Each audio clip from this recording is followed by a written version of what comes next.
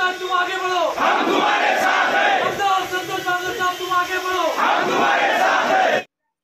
महाराष्ट्रात महायुतीचं सरकार यावं आणि पुन्हा मुख्यमंत्री एकनाथ शिंदे व्हावेत हीच माझी इच्छा, संतोष बांगर यांचं वक्तव्य। महाराष्ट्राचे मुख्यमंत्री आणि आपले दोन्ही उपमुख्यमंत्री जो निर्णय घेतील तो आम्हाला मान्य आहे। शिवसेनेचे जिल्हा प्रमुख आमची शिफारस आहे। पोलचं काही खरं नसतं, पुन्हा एकदा महायुतीचं मुख्यमंत्री होणार, एकनाथ शिंदेनी पुन्हा मुख्यमंत्री व्हावं अशी आमची इच्छा आहे। हेच पांडुरंग चरणी आमचं साकडं आहे। तर मला वाटते कुठेतरी आपण पक्षाला फसवायला, आपल्याला काम करता येत नसेल तर तुम्हाला सांगतो आपल्या पदाचा राजीनामा द्या आणि नीट घरी बसा, त्या ठिकाणी दुसरा माणूस नेमा, त्या पदाला न्याय भेटला पाहिजे।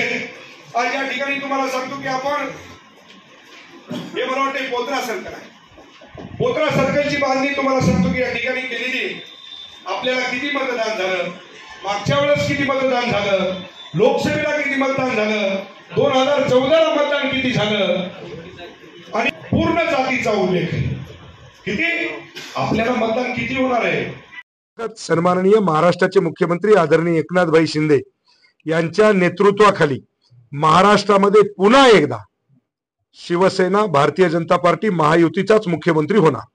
तुम्ही वैयक्तिक भावना असतात, माझा नेता आहे सन्माननीय मुख्यमंत्री एकनाथभाई शिंदे आणि पुन्हा मुख्यमंत्री व्हावं ही आमची इच्छा आहे।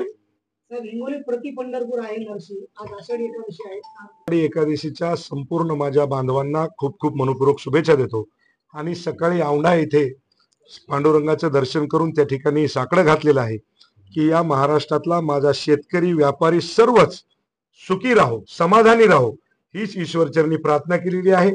आणि येणाऱ्या विधानसभेमध्ये पुन्हा एकदा सन्माननीय महाराष्ट्राचे मुख्यमंत्री आदरणीय एकनाथभाई शिंदे व्हावं हीच पांडुरंगाच्या चरणी आम्ही साकडं घातलं।